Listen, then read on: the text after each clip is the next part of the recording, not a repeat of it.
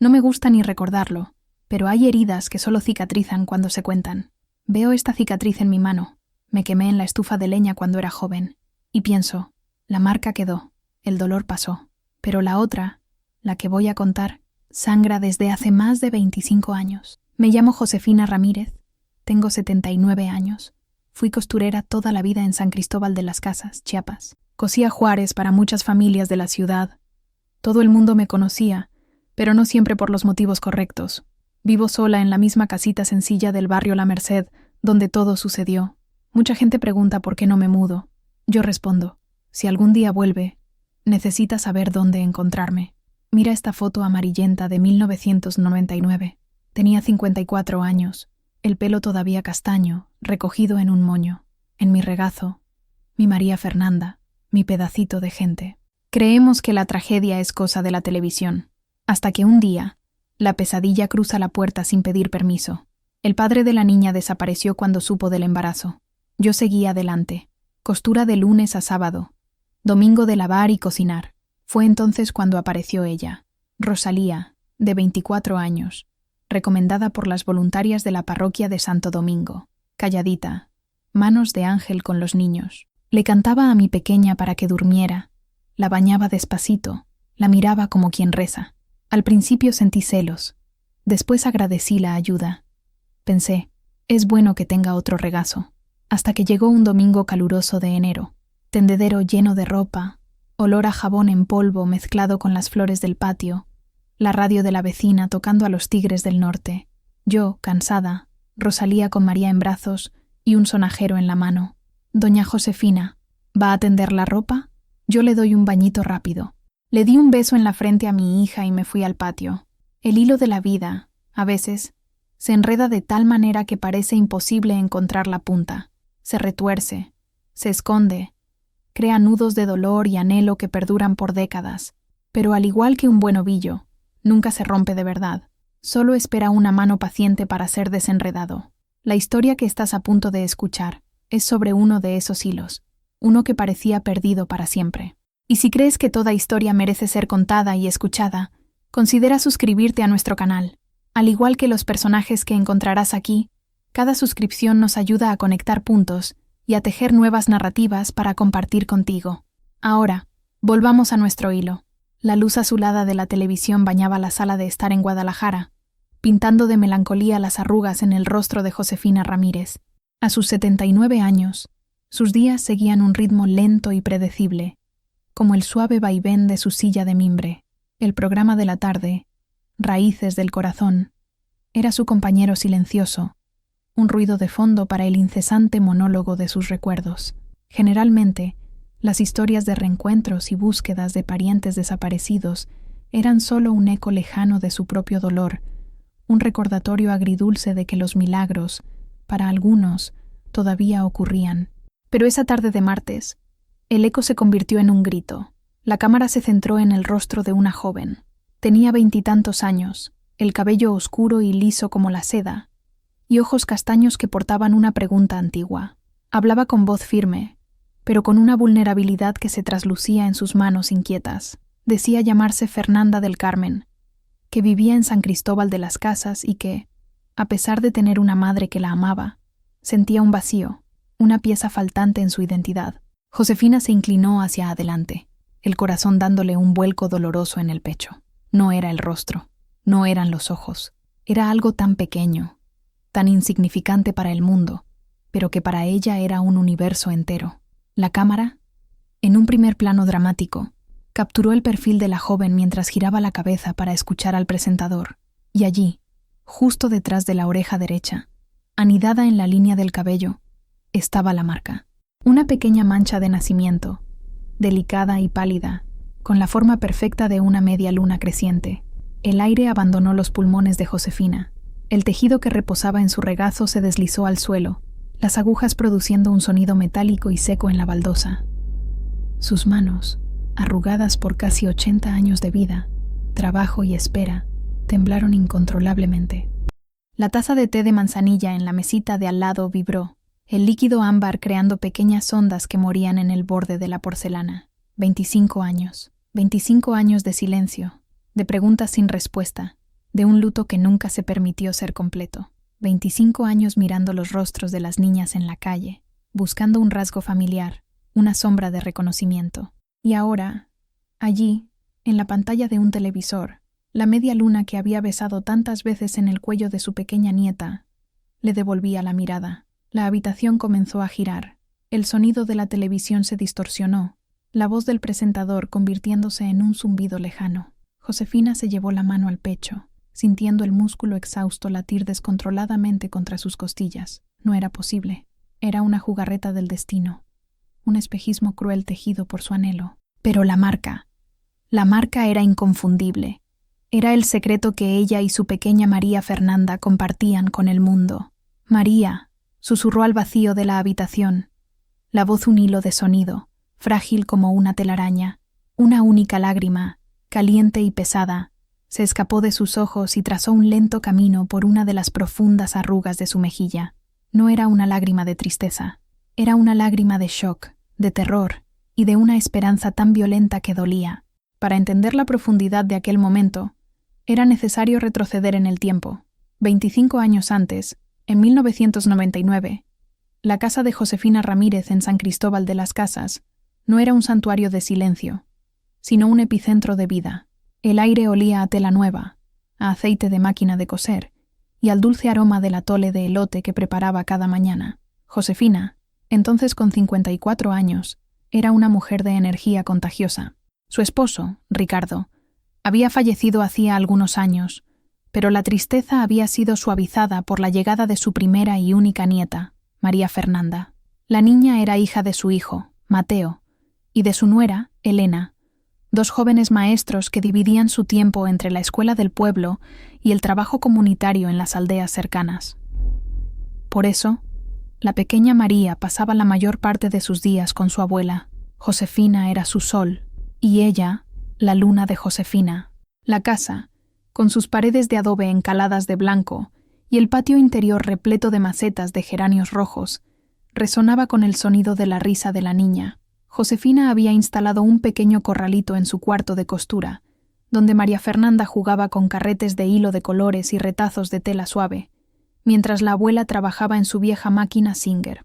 «¿Ves mi pequeña luna?», decía Josefina, guiando un trozo de algodón estampado bajo la aguja danzante. «Cada puntada es como un día. Algunas son rectas y fáciles. Otras, como esta, son curvas y necesitan más cuidado. Pero al final, todas juntas, crean algo hermoso». María Fernanda, con poco más de un año, balbuceaba en respuesta, sus ojos oscuros fijos en el movimiento hipnótico de la máquina. Era una niña tranquila, observadora. Tenía el cabello oscuro y liso de su madre y los ojos expresivos de su padre, pero la marca de nacimiento en forma de media luna detrás de la oreja era solo suya. Un pequeño detalle que Josefina amaba, un secreto de besos y caricias susurradas. En aquella época, la vida era un tejido de colores vivos. Los domingos eran sagrados. Después de la misa en la parroquia de Santo Domingo, la familia se reunía para almorzar. Mateo contaba historias de sus alumnos, Elena hablaba sobre los proyectos de alfabetización y Josefina observaba todo con una sonrisa, el corazón rebosante de un amor sereno y completo. Se sentía la mujer más rica del mundo, no en pesos, sino en afecto. Pero la vida, como el clima en las montañas de Chiapas, podía cambiar sin previo aviso. Mateo y Elena, con sus trabajos cada vez más exigentes, comenzaron a hablar sobre la necesidad de una ayuda extra. Josefina insistía en que podía con todo, que cuidar de su nieta era un regalo, no una carga, pero también veía el cansancio en los ojos de sus hijos. Fue durante una de las reuniones de caridad de la parroquia que el nombre de Rosalía surgió por primera vez, mencionada por doña Inés, una de las señoras más respetadas de la comunidad, como una joven, temerosa de Dios, callada y de buena índole. Rosalía era de una aldea cercana. Había llegado a San Cristóbal en busca de trabajo y se alojaba con una prima lejana. Cuando Josefina la conoció, vio exactamente lo que doña Inés había descrito. Rosalía era menuda, de gestos contenidos y mirada baja. Llevaba faldas largas y blusas modestas, el cabello negro recogido en una trenza apretada. Hablaba poco, en voz baja, casi un susurro. Parecía la personificación de la humildad y la confianza. «Necesita mucho el trabajo, doña Josefina», dijo Inés, con la mano en el hombro de Rosalía. Y tiene un don maravilloso con los niños. Josefina, a pesar de su reticencia inicial a compartir el cuidado de su nieta, sintió una punzada de compasión. La joven parecía tan perdida, tan frágil. La contrató para empezar ayudando con las tareas del hogar y poco a poco, para cuidar de María Fernanda cuando Mateo y Elena necesitaban ausentarse por largas horas. En las primeras semanas, Rosalía fue impecable. Era trabajadora, silenciosa y eficiente. La casa brillaba, la ropa estaba siempre lavada y planchada, y demostraba una paciencia infinita con la pequeña María. Tarareaba canciones de cuna en una lengua indígena que Josefina no reconocía, y la niña parecía calmarse al instante en sus brazos. Josefina observaba desde la distancia, el corazón dividido. Una parte de ella estaba agradecida por la ayuda, por la paz que la presencia de Rosalía traía a la rutina de la casa. La otra parte sentía unos celos sutiles, una punzada de tristeza al ver a su nieta dormirse en el regazo de otra mujer, pero se reprendía a sí misma por tales sentimientos. Era egoísmo, se decía. Lo importante era el bienestar de la familia. Rosalía nunca hablaba de sí misma. Cuando Josefina intentaba entablar conversación sobre su familia o su aldea, las respuestas eran vagas, monosilábicas. Mi familia está lejos. No hay mucho que contar. Desviaba la mirada, las manos siempre ocupadas, retorciendo un paño de cocina o ajustando los pliegues de su falda. Esa reserva, que al principio parecía modestia, comenzó a inquietar a Josefina. Era como si Rosalía fuera una concha cerrada, sin ninguna grieta por donde pudiera entrar la luz. Pero la pequeña María Fernanda la adoraba. Y eso, para Josefina, era suficiente.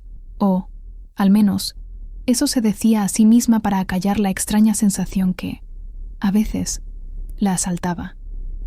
La de que había algo hueco, algo no dicho, detrás de los ojos sumisos de aquella joven. El día que partió el tiempo en un antes y un después fue un domingo. Un domingo de sol pálido de otoño en San Cristóbal, con el aire fresco y con olor a pino bajando de las montañas. Mateo y Elena habían viajado a una conferencia de educadores en Tuxtla Gutiérrez y no volverían hasta la noche. Sería un día tranquilo, solo para Josefina, Rosalía y la pequeña María. La mañana transcurrió con su normalidad reconfortante. Fueron a misa, pasearon por el mercado de artesanías, donde Josefina compró un pequeño juguete de madera para su nieta. De vuelta a casa, almorzaron juntas en el patio, bajo el sol tibio. María Fernanda, con sus mejillas sonrosadas, golpeaba una olla con una cuchara de madera, creando su propia sinfonía particular. Alrededor de las 3 de la tarde, la niña estaba somnolienta y un poco sucia de tierra del patio.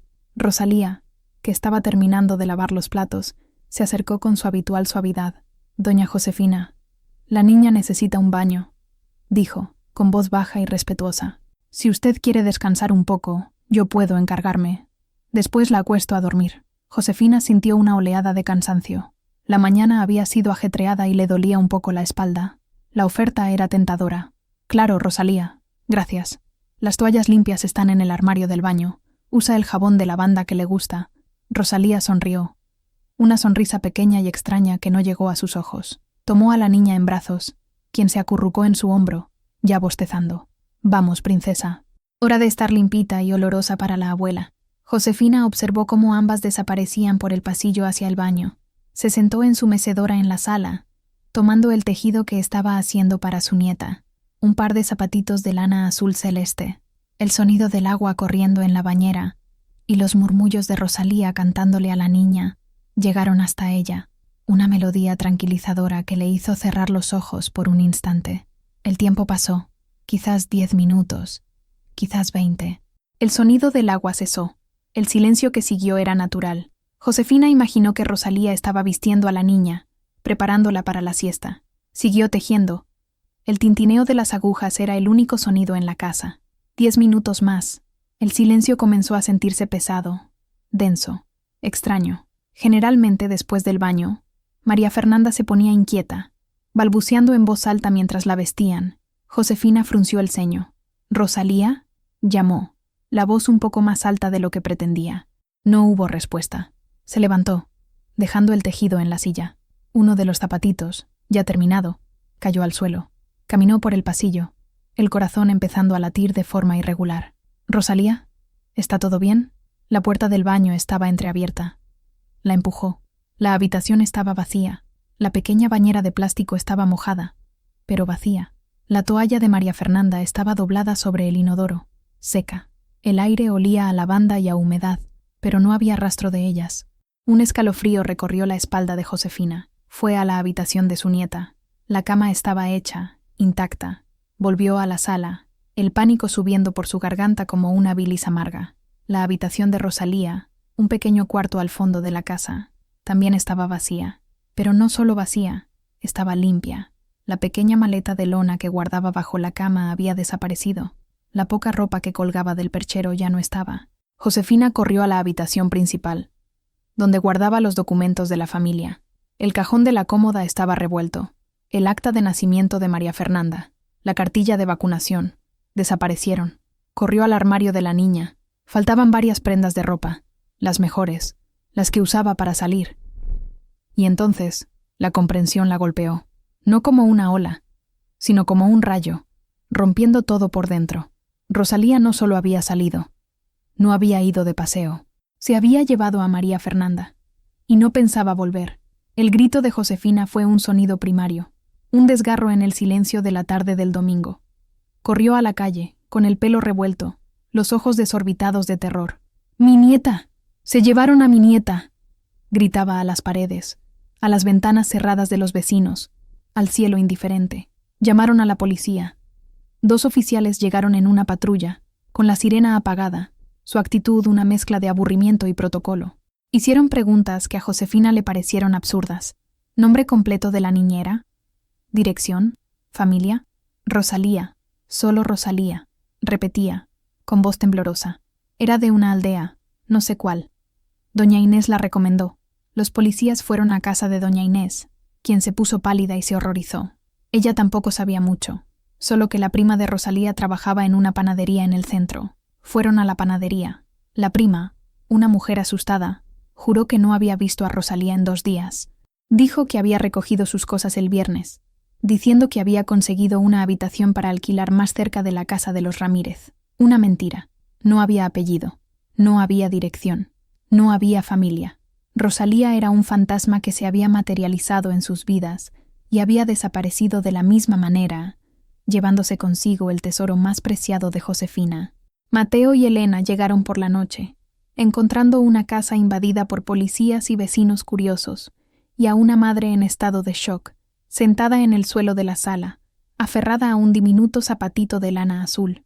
Su dolor fue inmediato y abrumador, una tormenta de culpa, rabia y desesperación.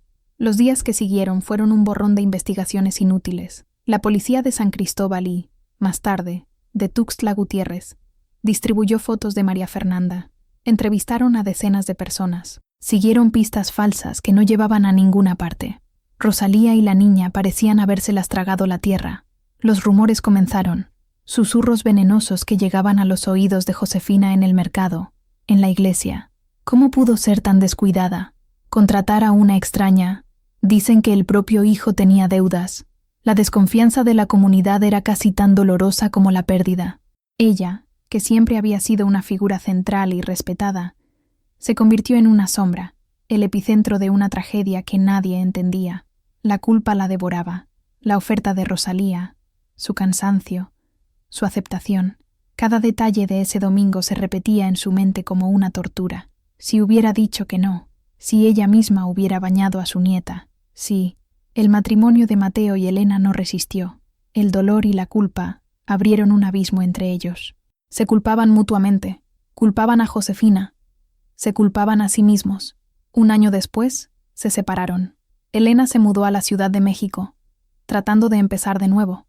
Mateo se hundió en una profunda tristeza, un hombre atormentado por el fantasma de su hija, y Josefina se quedó, sola en la casa ahora silenciosa, donde cada rincón guardaba el recuerdo de la risa de María Fernanda, el corralito en el cuarto de costura, el columpio en el patio, el olor a jabón de lavanda. Lo guardó todo, pero el dolor permaneció. El único consuelo era el zapatito de lana azul.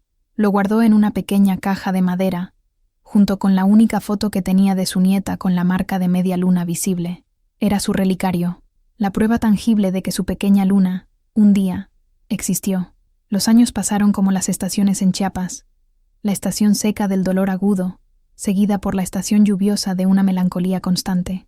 La casa de Josefina se volvió más silenciosa. Los geranios del patio perdieron parte de su brillo. La máquina de coser, antes su compañera constante, se usaba con menos frecuencia. Los pedidos disminuyeron, y a ella no le importó. La alegría de crear se había desvanecido. Mateo, su hijo, se casó de nuevo algunos años después.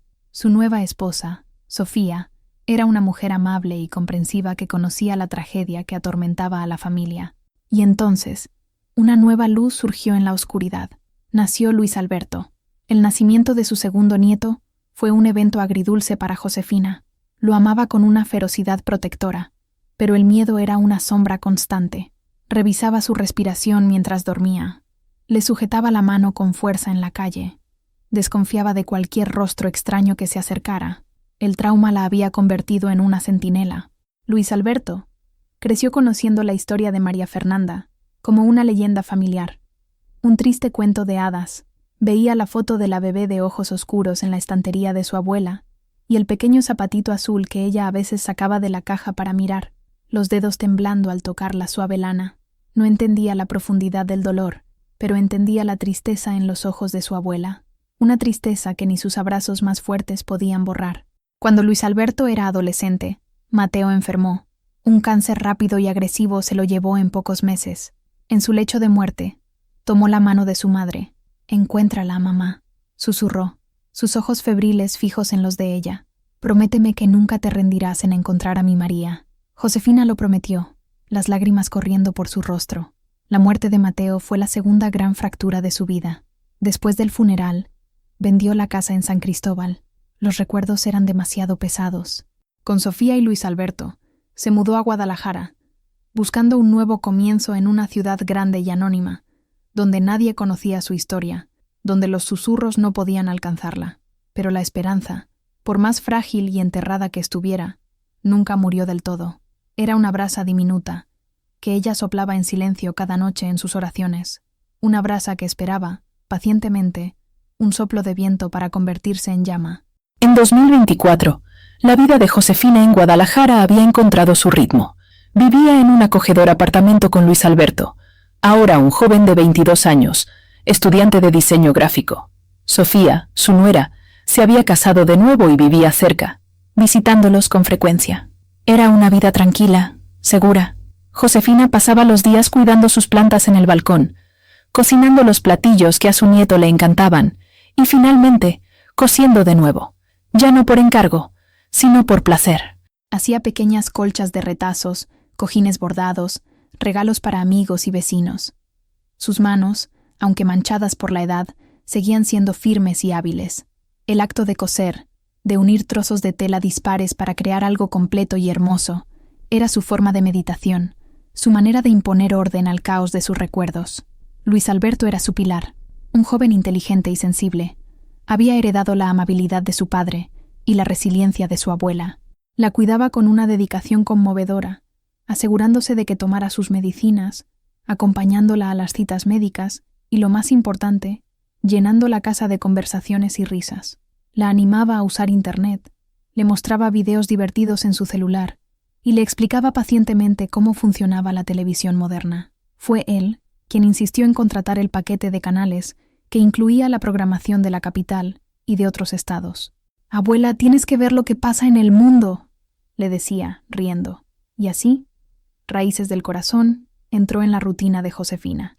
El programa, con su atractivo emocional y sus historias de superación, era una ventana a un mundo de dolores y alegrías que reflejaban los suyos. Lo veía con una distancia segura, el corazón entrenado por años de decepción para no hacerse falsas esperanzas. Había aprendido a vivir con el vacío. Era una presencia constante, como un miembro fantasma que aún dolía. Amaba a Luis Alberto con todo su ser, pero un compartimento de su corazón permanecía cerrado, reservado para la niña con la marca de media luna detrás de la oreja. La niña que, en su mente, siempre tendría 1 año. No sabía que la brasa que había guardado durante 25 años estaba a punto de encontrar el oxígeno que necesitaba. y la llama que seguiría sería lo suficientemente fuerte como para iluminar el resto de su vida. El grito ahogado de Josefina hizo que Luis Alberto corriera desde la cocina, donde preparaba un bocadillo. La encontró pálida, con la mano en el pecho, los ojos fijos en la pantalla del televisor. «¿Abuela? ¿Qué pasa? ¿Te sientes mal?» Ella no respondió. Solo levantó una mano temblorosa y señaló la imagen congelada de la joven. El programa se había ido a un corte comercial, pero la imagen de Fernanda del Carmen aún flotaba en el aire de la sala, impresa en la retina de Josefina. «La marca», susurró. «Luis, la marca, detrás de la oreja. Es ella». Luis Alberto miró de su abuela a la televisión, la confusión en su rostro. Conocía la historia, por supuesto, pero era una historia, una tragedia del pasado. «Abuela, ¿de quién estás hablando?» «María Fernanda», dijo Josefina, la voz cobrando una fuerza inesperada. «Es mi María. Sé que es ella. La misma marca, en el mismo lugar». El joven se arrodilló junto a su silla, tomando su mano fría. Vio la convicción absoluta en sus ojos, una certeza que trascendía la lógica. Tomó el control remoto y usó la función de grabación para retroceder unos minutos. Puso la escena en cámara lenta, amplió la imagen tanto como pudo, y lo vio. La imagen estaba un poco granulada, pero la forma era inconfundible. Una pequeña media luna pálida, exactamente como en las descripciones que había escuchado toda su vida. «Dios mío», murmuró, sintiendo un escalofrío. «Abuela», dijo su nombre. «¿De dónde es?» Vieron el segmento de nuevo, esta vez con una atención febril. Fernanda del Carmen, 25 años, vive en San Cristóbal de las Casas. Fue criada por una madre soltera, Carmen, quien siempre fue evasiva sobre el pasado y la identidad de su padre. Estaba en el programa porque, a pesar de amar a su madre, siempre sintió que algo faltaba, que su historia no comenzaba con ella. Cada palabra era una pieza de un rompecabezas encajando. La edad, la ciudad, la historia de un origen oscuro. Y la marca. «Tenemos que hacer algo», dijo Josefina, la apatía de años deshaciéndose como niebla bajo el sol. La energía que creía haber perdido para siempre estaba regresando, un fuego corriendo por sus venas. «Tenemos que encontrarla, Luis. Tenemos que hablar con ella». Luis Alberto, con la mente práctica de su generación, ya tenía su computadora portátil en el regazo. Buscó el nombre del programa, encontró el sitio web de la televisora, los contactos de producción. «Calma, abuela. Hagámoslo de la manera correcta. No podemos simplemente aparecer allí. Eso podría asustarla. Necesitamos ser cuidadosos. La esperanza, antes una brasa, ahora era una hoguera». Y por primera vez en 25 años, el rostro de Josefina Ramírez no era el de una mujer de luto, era el rostro de una abuela en una misión. La noche fue larga. Ninguno de los dos pudo dormir. Sentados a la mesa de la cocina, bajo la tenue luz de la lámpara, planearon los siguientes pasos. La idea de Luis Alberto era contactar a la producción del programa. Ellos tendrían los datos de contacto de Fernanda y podrían actuar como intermediarios. «¿Qué vamos a decir?», preguntó Josefina, retorciendo una servilleta de tela en sus manos. «¿Cómo se explica una historia así en un correo electrónico?» «Vamos a decir la verdad, abuela, con calma y con pruebas», respondió Luis Alberto. Comenzó a redactar el correo, mientras Josefina buscaba su caja de tesoros. De allí, sacó la única foto nítida que tenía de su nieta, una imagen tomada por Mateo pocas semanas antes del secuestro. En la foto, la bebé María Fernanda estaba de perfil, riendo, y la pequeña marca de media luna era perfectamente visible. Luego, tomó el zapatito de lana azul. Estaba perfectamente conservado, la lana un poco amarillenta por el tiempo, pero aún suave. Lo sostuvo en la palma de su mano, el diminuto tamaño un doloroso recordatorio de lo que le habían robado. Luis Alberto escaneó la foto en alta resolución. En el correo electrónico, contó la historia de manera concisa y respetuosa. Explicó quién era Josefina, lo que sucedió en 1999, el dolor que la familia había llevado durante un cuarto de siglo. Mencionó a la niñera Rosalía, el robo de los documentos, la infructuosa investigación policial y, crucialmente, describió la marca de nacimiento y el zapatito azul que Josefina guardaba. «No queremos asustar a la señorita Fernanda del Carmen», escribió al final. «Sabemos que esta noticia puede ser impactante y desestabilizadora, pero la similitud, la edad, la ubicación y sobre todo la marca de nacimiento son coincidencias demasiado grandes para ser ignoradas. Mi abuela, Josefina Ramírez, solo desea la oportunidad de conocerla. Si la señorita Fernanda está dispuesta, estamos listos para hacer lo que sea necesario para esclarecer la verdad, incluyendo una prueba de ADN. Adjuntamos una foto de nuestra María Fernanda cuando era bebé. Por favor, muéstrensela. Le leyó el correo en voz alta a Josefina. Ella escuchó, asintiendo, las lágrimas silenciosas rodando por su rostro. «Añade una cosa, mi hijo», dijo. Dile que nunca, ni un solo día, dejé de buscarla». Luis Alberto añadió la frase, y con el corazón palpitante, hizo clic en enviar. El correo electrónico partió hacia la Ciudad de México.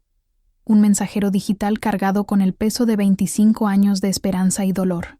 Ahora, todo lo que podían hacer era esperar. Al otro lado del país, en San Cristóbal de las Casas, Fernanda del Carmen intentaba reanudar su vida normal.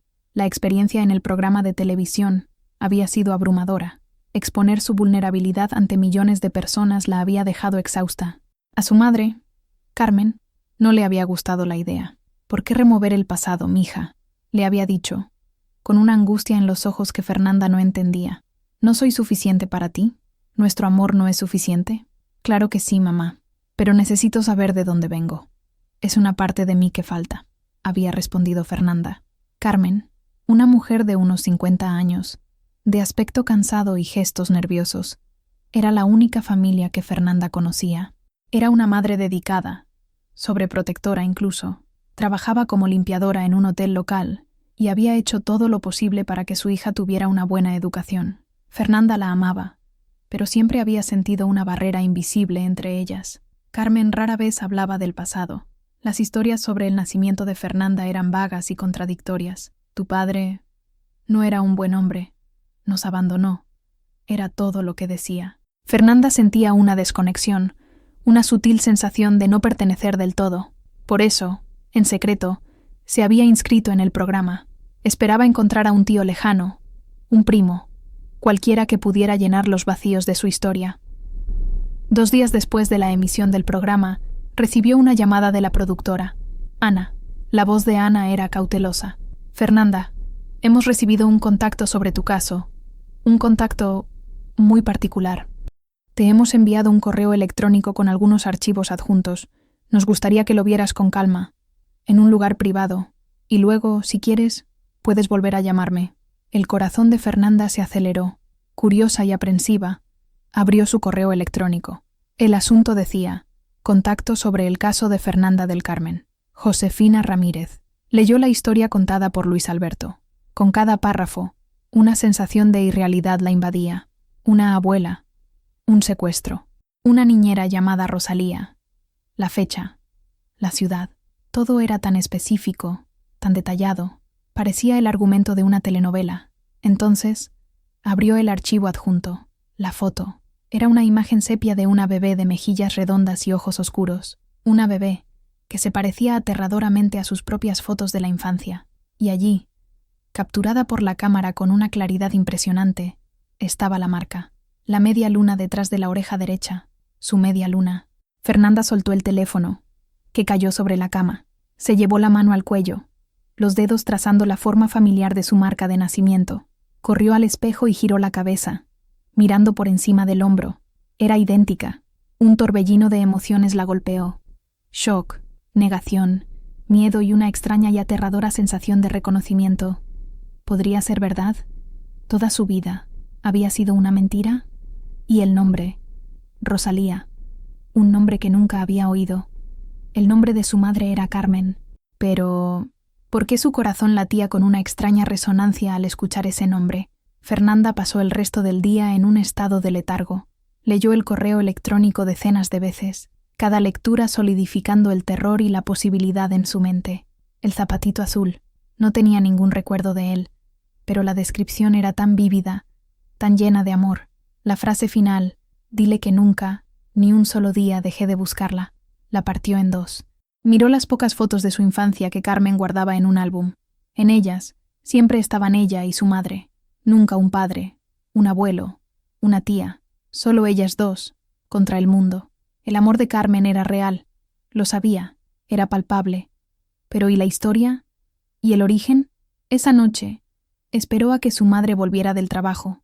Carmen llegó cansada, como siempre, trayendo pan dulce de la panadería cerca del hotel. Se sentaron a cenar en un tenso silencio. Fernanda apenas podía tragar la comida. «¿Qué pasa, mija? Estás tan callada desde que volviste de ese programa», dijo Carmen, observándola con preocupación. Fernanda respiró hondo. Era ahora o nunca. «Mamá», comenzó, con voz temblorosa, «hoy recibí un correo electrónico de la producción del programa». El rostro de Carmen se endureció. «Te dije que eso no traería nada bueno. Recibieron un mensaje de una mujer, una señora de Guadalajara. Se llama Josefina Ramírez». Al oír el nombre, a Carmen se le cayó el tenedor al plato con un golpe seco.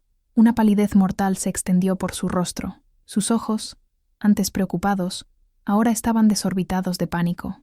«Dice», continuó Fernanda, con la voz entrecortada, «dice que es mi abuela, y que fui secuestrada cuando era bebé, aquí en San Cristóbal, por una niñera llamada Rosalía».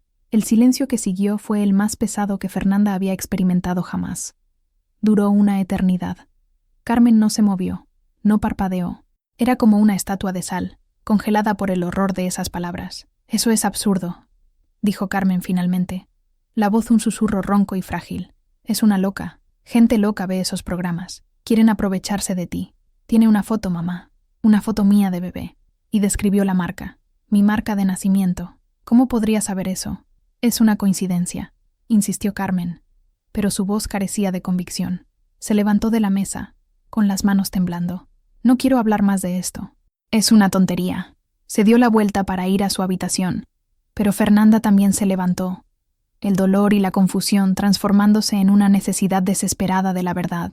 «Mamá, por favor», le suplicó, sujetando el brazo de su madre. «Mírame y dime la verdad. Por primera vez en mi vida, ¿quién es Rosalía?». La pregunta quedó flotando en el aire, cargada con 25 años de secretos. Carmen se zafó del agarre de su hija, abrazándose a sí misma como si sintiera un frío repentino y profundo. Se negó a mirar a Fernanda, manteniendo el rostro vuelto hacia la pared. «No sé de quién estás hablando», repitió con voz ahogada. «Sí, lo sabes», insistió Fernanda, las lágrimas ahora corriendo libremente. «Lo veo en tus ojos. He sentido toda mi vida que algo no estaba bien. Cada vez que preguntaba por papá, por nuestra familia, cambiabas de tema. Construiste un muro a nuestro alrededor. ¿Por qué?». Carmen finalmente se giró. Su rostro estaba devastado, las líneas de expresión acentuadas por la angustia. Las lágrimas brillaban en sus ojos. No eran lágrimas de culpa, sino de un miedo antiguo y profundo. «Lo hice para protegerte», dijo, el tono de su voz elevándose. «Para protegernos». «¿Protegerme de qué? ¿De la verdad? ¿De una abuela que ha pasado 25 años buscándome?». La mención de la abuela pareció romper la última barrera de defensa de Carmen. Se desplomó en una silla, con el rostro entre las manos, los hombros sacudidos por sollozos silenciosos. Fernanda, a pesar de su propio dolor y rabia, sintió una punzada de compasión. Esa era la mujer que la había criado, que la había cuidado en cada fiebre, que había celebrado cada uno de sus logros. Se arrodilló frente a su madre. «Mamá, necesito saber, merezco saber. ¿Qué pasó?».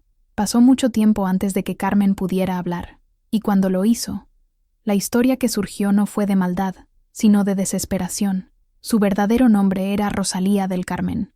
Había llegado a San Cristóbal huyendo de una situación familiar abusiva en su aldea. Sola y sin recursos, consiguió el trabajo en la casa de los Ramírez. Se aferró a la pequeña María Fernanda con una intensidad desesperada. La niña era la única fuente de luz en su sombría vida. Entonces, unas semanas antes de aquel fatídico domingo, descubrió que estaba embarazada. El padre del niño, un hombre que la había abandonado, se negó a asumir la responsabilidad. Rosalía entró en pánico. No tenía a dónde ir, nadie que la ayudara, y entonces sucedió lo impensable. Sufrió un aborto espontáneo, sola, en su pequeño cuarto. La pérdida, sumada a su desesperación, la empujó a un lugar oscuro, a un colapso mental silencioso. «No estaba pensando con claridad», susurró entre sollozos. «Ese domingo miré a María, a ti, y todo lo que podía pensar era que no podía perderte a ti también. que eras lo único bueno en mi vida. Fue un impulso, una locura. Te tomé algunas cosas y simplemente huí. No tenía un plan. Usó el poco dinero que tenía para tomar un autobús a una ciudad lejana, donde nadie la conocía. Adoptó su segundo nombre, Carmen, y creó una nueva identidad. Y crió a María Fernanda como su propia hija, Fernanda del Carmen. El miedo a ser descubierta la atormentó durante años, convirtiéndola en una mujer solitaria y sobreprotectora. Sé que lo que hice estuvo mal, concluyó, con la voz quebrada. Pero te amé, Fernanda, cada día. Te juro que te amé con todo mi corazón. Fernanda escuchaba la confesión. El mundo girando a su alrededor. La mujer a la que llamaba mamá era su secuestradora, pero también era una víctima de sus propias circunstancias trágicas. No había villanos claros en esta historia, solo personas rotas tomando decisiones desesperadas. No sabía qué sentir. Rabia, lástima, traición, amor. Todo estaba mezclado en un nudo en su pecho. Pero una cosa estaba clara. Necesitaba conocer a Josefina. Necesitaba mirar a los ojos a la mujer que era, por derecho de sangre, su abuela.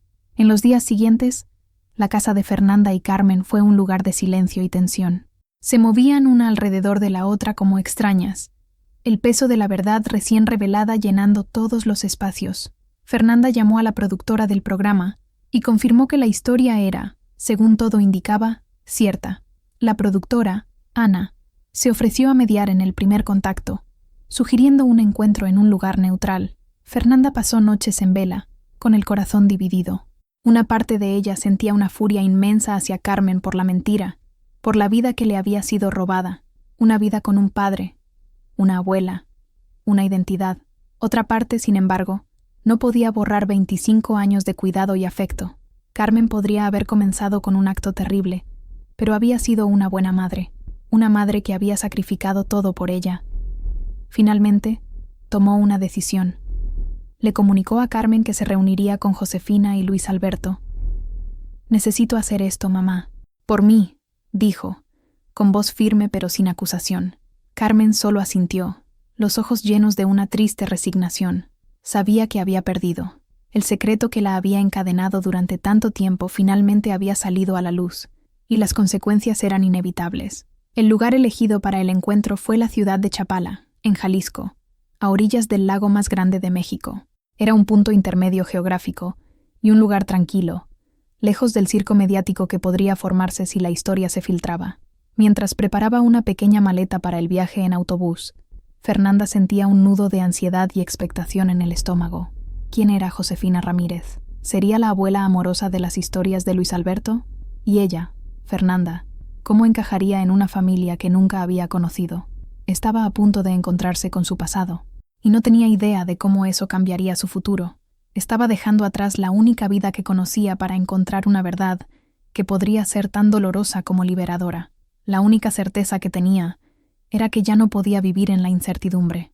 El hilo del destino, enredado durante tanto tiempo, finalmente estaba siendo jalado, y necesitaba seguir ese hilo, sin importar a dónde la llevara. El viaje en autobús desde San Cristóbal a Guadalajara y de allí a Chapala fue largo e introspectivo. Fernanda pasó horas mirando por la ventana, viendo cómo cambiaba el paisaje de México, de montañas verdes y exuberantes a mesetas áridas, y finalmente a la vasta extensión azul del lago de Chapala. Cada kilómetro recorrido era un kilómetro que la alejaba de su vida conocida y la acercaba a un abismo de posibilidades. Mientras tanto, en Guadalajara, la ansiedad de Josefina era casi insoportable. Luis Alberto intentaba calmarla, pero apenas podía comer o dormir. Pasaba las horas en el balcón, mirando al horizonte, como si pudiera apresurar la llegada de su nieta con la fuerza de su deseo. ¿Y si no le gustó Luis?, preguntaba, con voz frágil. ¿Y si me culpa por no haberla encontrado antes? Abuela, eso es imposible, respondía él pacientemente. Nunca te rendiste, y ella viene en camino. Eso es lo que importa. El día del encuentro, condujeron hasta Chapala. El aire era cálido y húmedo, y el sol brillaba intensamente sobre las aguas del lago. Luis Alberto había reservado una mesa en un restaurante tranquilo en el malecón, con vistas al agua. Un lugar abierto, público, pero que ofrecía cierta privacidad. Josefina llevaba su mejor vestido, uno floral azul que resaltaba su cabello blanco. En su bolso, envuelto en un pañuelo de seda, estaba el zapatito de lana. Lo tocaba de vez en cuando, como para asegurarse de que todo aquello era real. Llegaron temprano y se sentaron a la mesa, esperando. Cada persona que pasaba, cada joven de cabello oscuro que se acercaba, hacía que el corazón de Josefina diera un vuelco. Luis Alberto le sostenía la mano sobre la mesa, un apoyo silencioso y firme. Entonces la vio, una joven caminando lentamente por el paseo, mirando los números de los restaurantes. Llevaba vaqueros y una blusa sencilla, y una mochila en la espalda. Era ella, la chica de la televisión. «Abuela», dijo Luis Alberto, con voz suave. «Creo que es ella». Josefina giró la cabeza. Su mirada se encontró con la de Fernanda, y por un instante, el mundo se detuvo. 25 años, la distancia, el dolor, el silencio, todo desapareció. Solo existía ese momento, el de una abuela y una nieta viéndose, de verdad, por primera vez. Fernanda caminó hacia la mesa, con el corazón latiendo tan fuerte que podía oírlo en sus oídos. Josefina se levantó, con las rodillas temblando. Se quedaron de pie, a pocos metros la una de la otra, sin saber qué decir, qué hacer. Las palabras parecían demasiado pequeñas para la magnitud de ese momento. Fue Luis Alberto quien rompió el silencio. Se levantó y le sonrió a Fernanda. Una sonrisa amable y acogedora.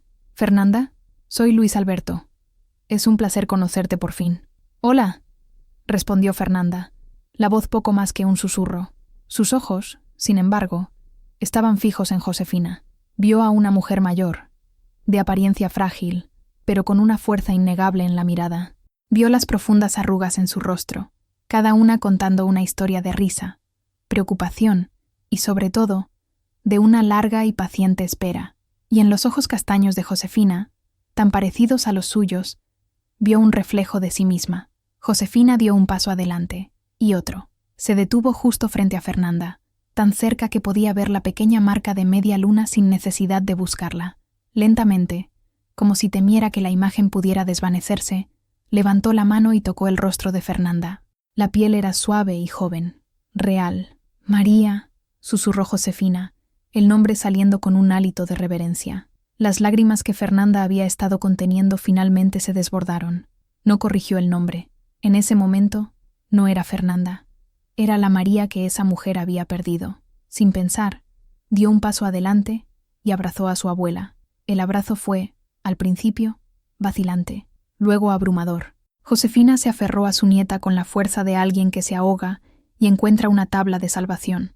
Lloró, con sollozos profundos y silenciosos que sacudían su pequeño cuerpo, liberando el dolor de un cuarto de siglo. Fernanda también lloró, de alivio, de tristeza por la vida que no tuvo, de una alegría confusa y arrolladora.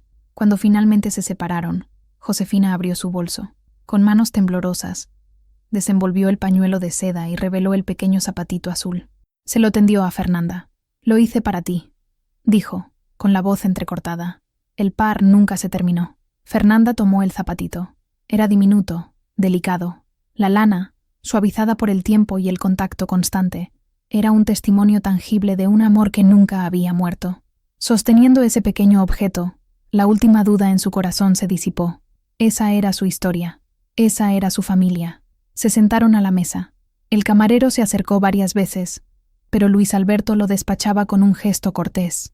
No había hambre, solo una sed inmensa de palabras, de explicaciones, de conexión. La conversación inicial fue cautelosa. Hablaron de cosas triviales: el viaje de Fernanda, el clima de Chapala, el trabajo de Luis Alberto.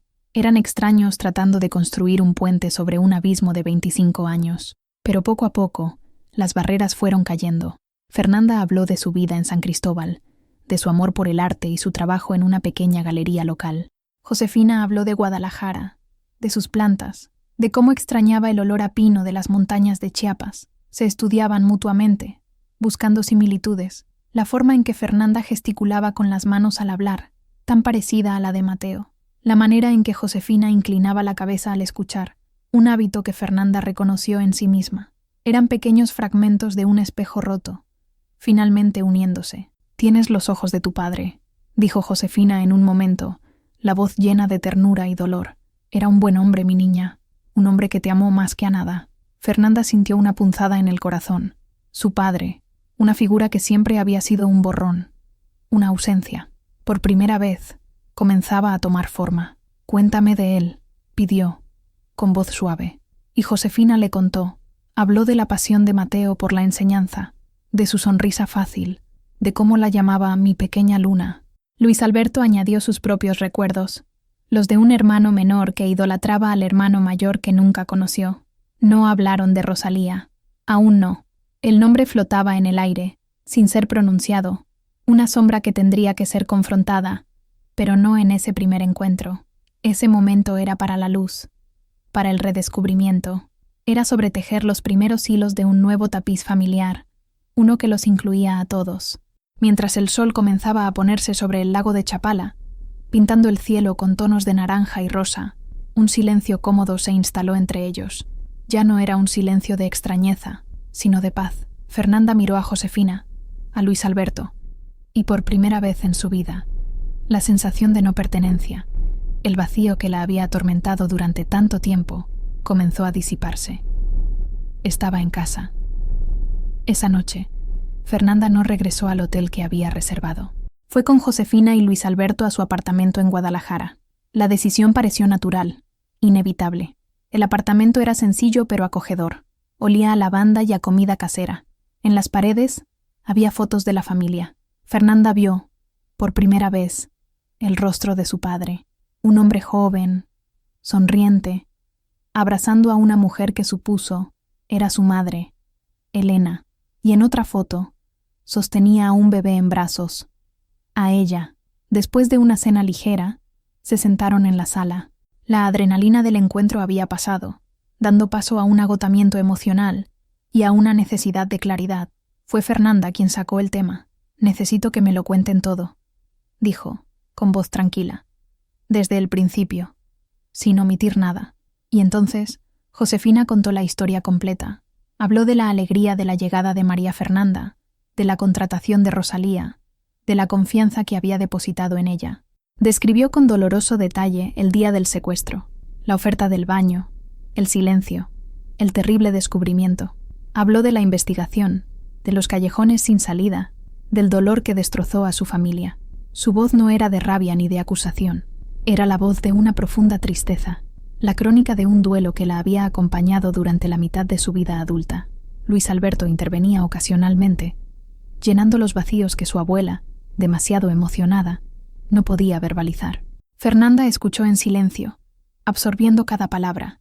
La historia, que antes parecía el guión de una ficción, ahora cobraba vida con el dolor real y palpable en la voz de su abuela. Se imaginó a la joven Josefina, desesperada, corriendo por la calle.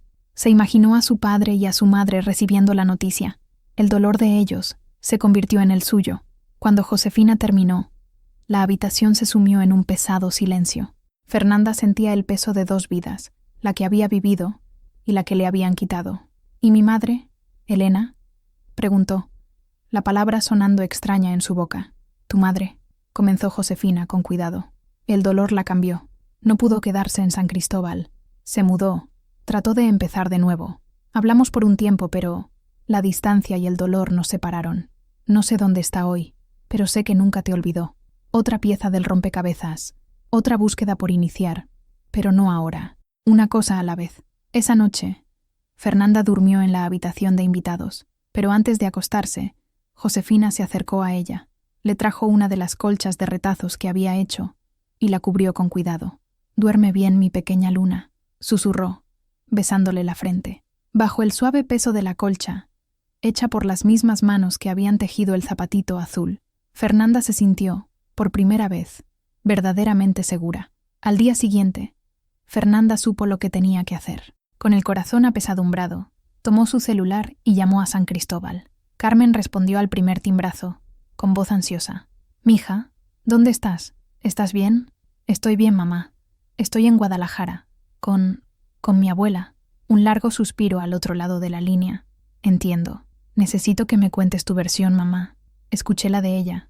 Ahora necesito escuchar la tuya, la verdad completa». Y Carmen, quizás sintiendo que la negación ya no tenía cabida, Finalmente lo contó todo, sin las vacilaciones y omisiones de la primera vez. Habló de la desesperación de su juventud, del embarazo no deseado, de la devastadora pérdida de su hijo y del colapso psicológico que la llevó a cometer el acto impensable.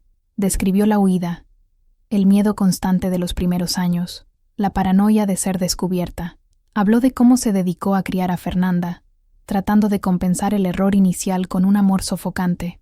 «Sé que nada justifica lo que hice», dijo, con la voz entrecortada por el llanto. «Te robé de tu familia, robé tu historia, pero en mi mente retorcida creía que te estaba salvando, y salvándome a mí misma. Estaba tan sola, Fernanda, y te convertiste en mi mundo». Fernanda escuchó, el corazón rompiéndose un poco más. La rabia que sentía se estaba erosionando por la compasión.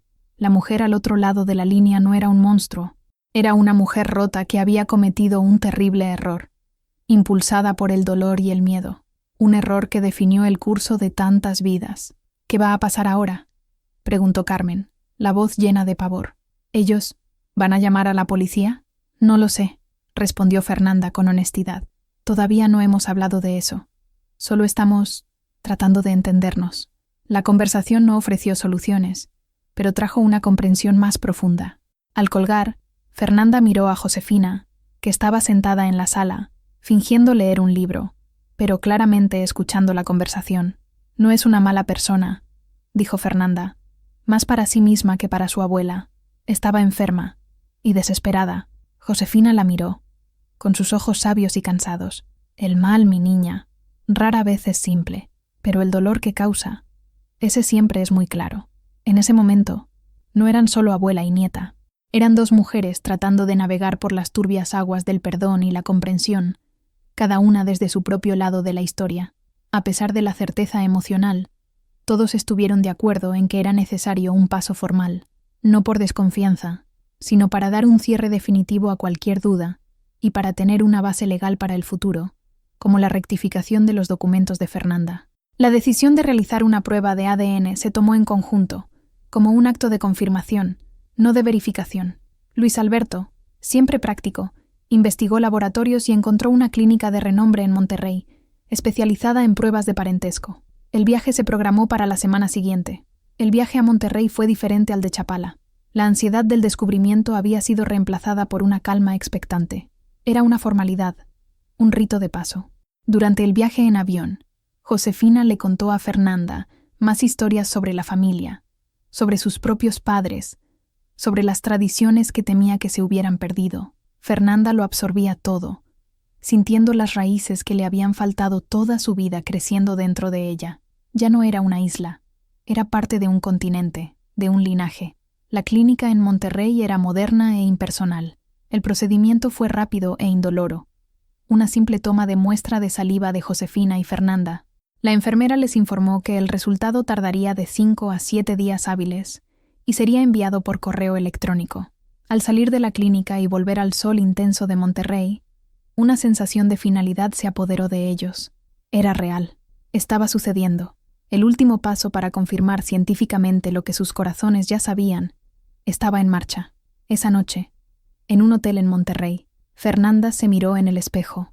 Vio el rostro que siempre había conocido, pero ahora también veía los ojos de su padre, la barbilla de su abuela. No estaba perdiendo la identidad de Fernanda del Carmen. Estaba ganando la de María Fernanda Ramírez, y de alguna manera, ambas comenzaban a coexistir.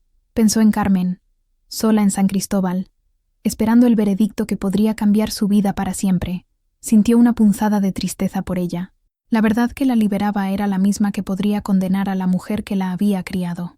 La complejidad de la situación era abrumadora, pero por primera vez no se sentía sola para enfrentarla. Los días de espera que siguieron fueron, paradójicamente, los más tranquilos que habían tenido. De vuelta en Guadalajara, una nueva rutina comenzó a formarse. Fernanda decidió extender su estancia indefinidamente. Llamó a su trabajo en la galería, explicó la situación lo mejor que pudo y pidió una licencia. Las mañanas se llenaban de conversaciones en la cocina, mientras Josefina preparaba el desayuno. Hablaban de todo y de nada, de los libros que les gustaban, de las comidas que preferían, de los sueños que tenían. Eran pequeños ladrillos de normalidad, construyendo los cimientos de una relación. Por la tarde, Josefina llevaba a Fernanda a su cuarto de costura. Le mostró la vieja máquina Singer, las telas de colores, los carretes de hilo. Con una paciencia infinita, comenzó a enseñarle las puntadas básicas. «Tu madre, Elena, nunca tuvo paciencia para esto», dijo Josefina con una sonrisa. «Pero tú tienes las manos firmes, como las de tu padre». Fernanda descubrió que le gustaba coser. El acto de crear algo con sus propias manos, de unir piezas separadas, era una poderosa metáfora de lo que estaba sucediendo en su vida. Mientras sus manos trabajaban, sus mentes se conectaban.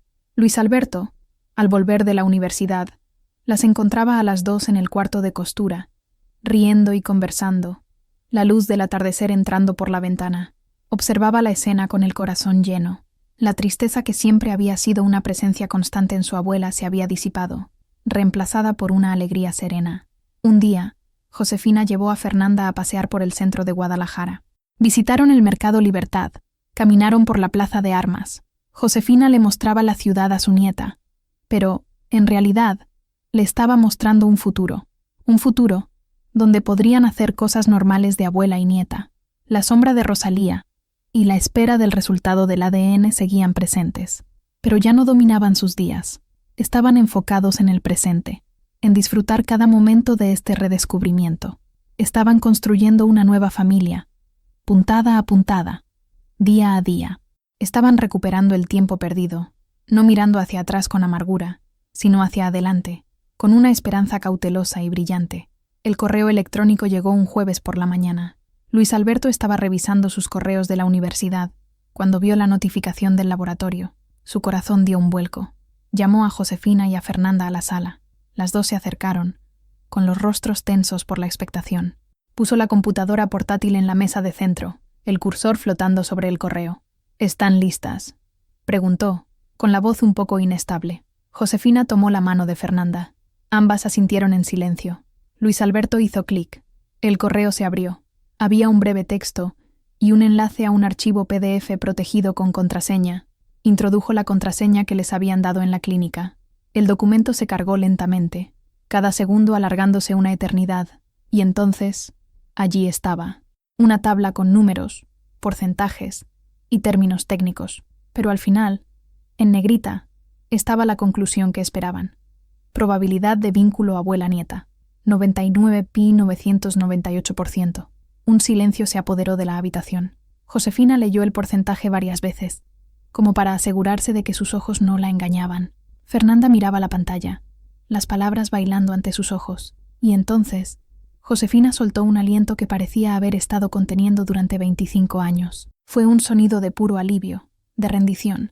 Las lágrimas comenzaron a rodar por su rostro, pero esta vez no había dolor en ellas. Eran lágrimas de confirmación, de alegría, de un capítulo que finalmente se cerraba. Se giró hacia Fernanda y la abrazó con fuerza.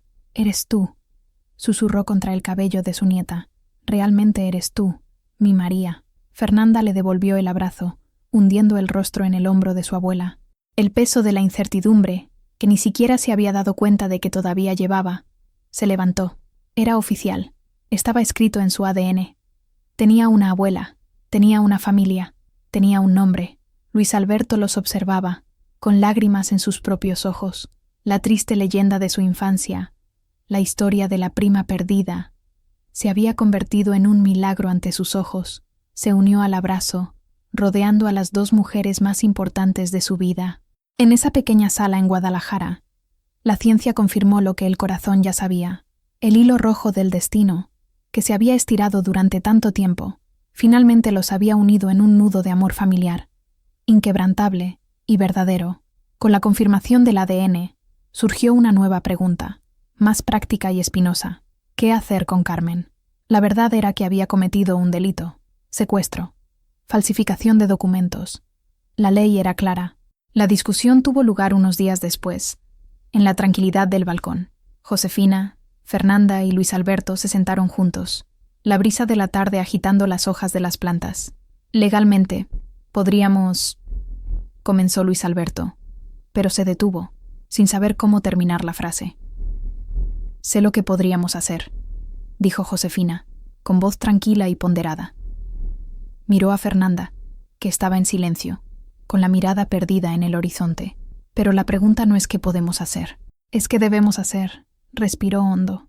Durante 25 años, todo lo que quería era justicia. Soñaba con el día en que esa mujer, Rosalía, pagaría por lo que hizo, por el dolor que le causó a mi Mateo, a nuestra familia. Hizo una pausa, los ojos llenándose de lágrimas. Pero ahora te tengo de vuelta. Y cuando te miro, no solo veo a mi nieta, veo a una joven que, a pesar de todo, fue criada con amor, te dio una educación, te cuidó, se equivocó, de una manera terrible, imperdonable. Pero no te hizo daño. Fernanda finalmente miró a su abuela. Es la única madre que he conocido. Está enferma, perdida. Verla en la cárcel, no sé si eso le traería paz a alguien, solo traería más dolor. Josefina asintió lentamente. La venganza no traerá de vuelta a mi hijo. No borrará los años de sufrimiento. Solo te causará más sufrimiento a ti. Y no quiero ser la causa de más dolor en tu vida, mi niña.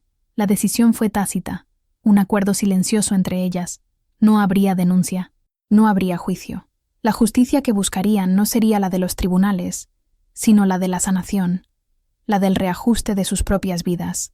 Carmen tendría que vivir con el peso de sus acciones para siempre, y la familia Ramírez tendría que aprender a vivir con la complejidad de la historia, aceptando que el perdón, aunque quizás nunca completo, era el único camino hacia la paz.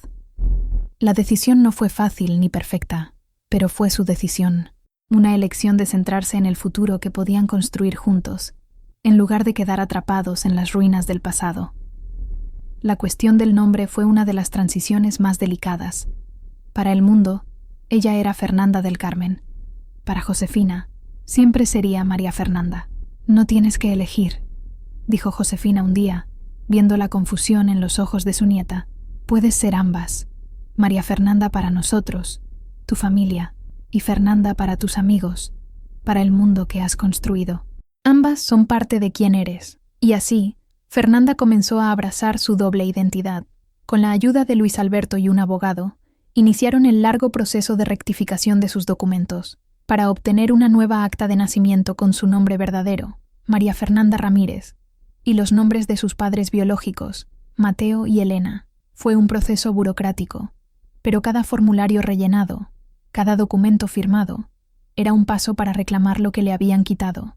Eligió mantener Fernanda como segundo nombre, un homenaje a la vida que había tenido y a la mujer, a pesar de todo, que la había criado.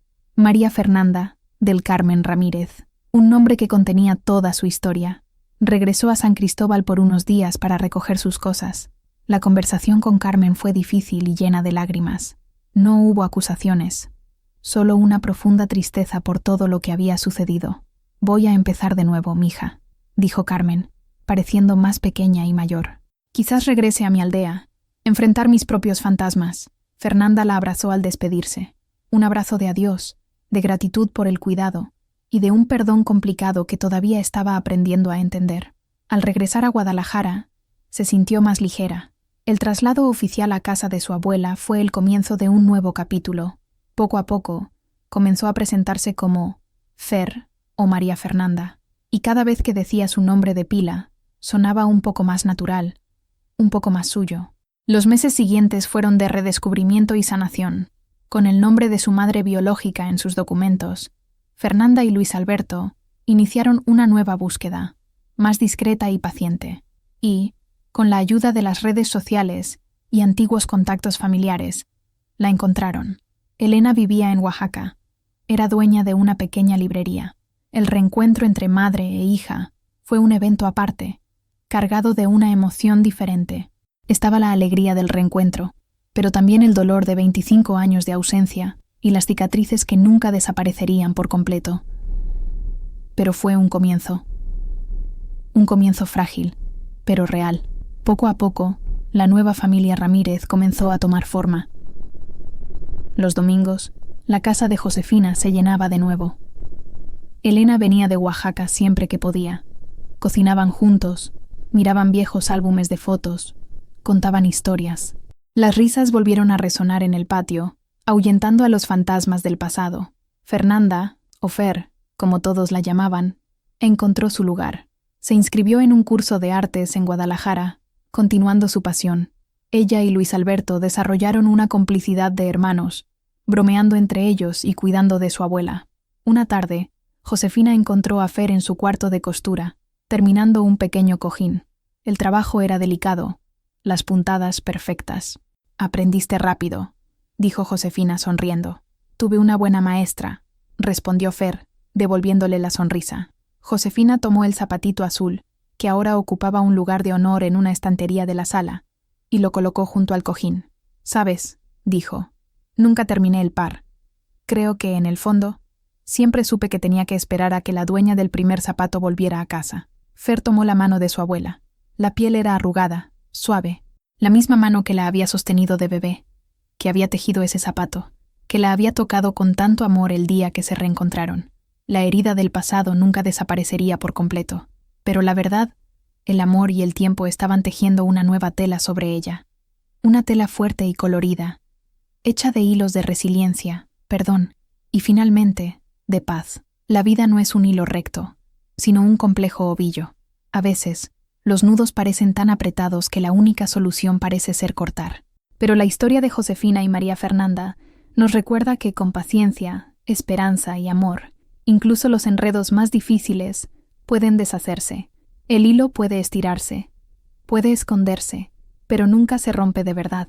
Hoy, en la casa de Guadalajara, el tic-tac del reloj ya no marca el tiempo de la espera, sino el ritmo de una nueva vida. Una abuela ha reencontrado a su pequeña Luna, y una nieta ha encontrado sus raíces. El zapatito azul ya no es un símbolo de pérdida, sino de una promesa cumplida, la prueba de que el amor es el hilo más fuerte de todos. Así como los hilos de esta historia se conectaron para formar un final, esperamos que esta narrativa haya conectado contigo. Si te emocionaste, si reflexionaste, si de alguna manera esta historia tocó tu corazón, ayúdanos a tejer más historias como esta. Deja tu me gusta para que sepamos que te gustó. Comenta abajo qué fue lo que más te conmovió. Y si aún no eres parte de nuestra comunidad, suscríbete al canal. Cada interacción es un hilo que fortalece nuestro tapiz de contadores de historias. Gracias por escuchar.